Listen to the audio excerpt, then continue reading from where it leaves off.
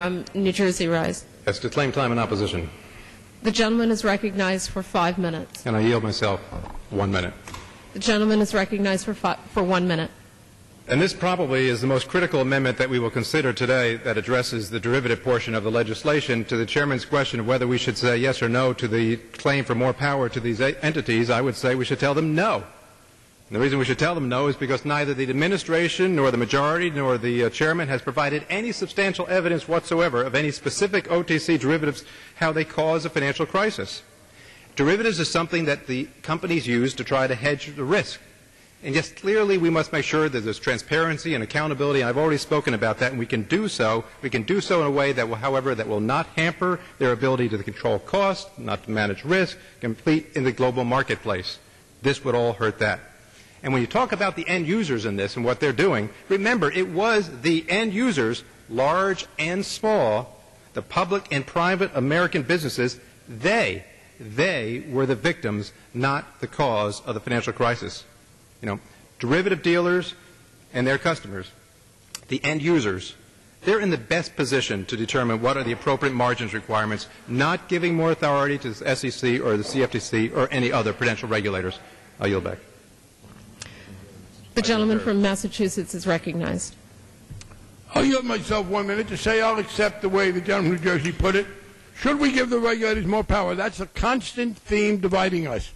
We look, many of us, at what happened over the past 15 years and say there was too little regulatory action, partly because some regulators who had the power wouldn't use it, like Mr. Greenspan at the Federal Reserve, and some in the S.E.C., but partly because there were not sufficient regulatory powers. This is discretionary with the c.F.T.C. and the S.E.C. It does not say that every trade has to be margined. It does say that to assume that no trade has to be margined is a mistake, and it is therefore a discretionary grant of authority to the regulators. And yes, if you think that what we should do is to continue a relatively wholly unregulated regime, and if you distrust the notion of regulation to the point where you would not give them even discretionary authority. And again, they have no authority under this to take away the end user exemption. We have decided that regulators, c.F.T.C., the current incumbent, didn't like that. We have accepted the legitimacy of the end user exemption. But to say that never should there be a margin requirement, we think is a grave error, and that's why I support this amendment. Does the gentleman reserve?